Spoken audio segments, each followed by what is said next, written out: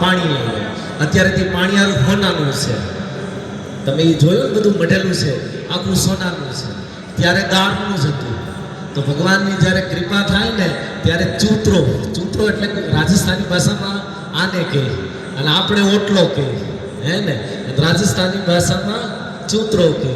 તો એમ ભજન છે કે સાવરિયા થારે કોઈ કમી, થારે તો સોનાનો ચૂતરો, મતલબ તમારે તો હોનાનો ઓટલો, હે ને.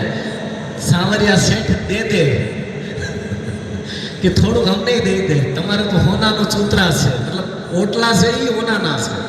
તો આપણે જોઈએ છીએ આજે આપણે આવ્યા, નકર તો અહીંયા તમે ઘણી વખત દર્શન કરવા આવો ને તો અહીંયા આટલા જેટલા આપણા કરતાં વધારે ભક્તો તો પૈસા ગણતા હોય છે.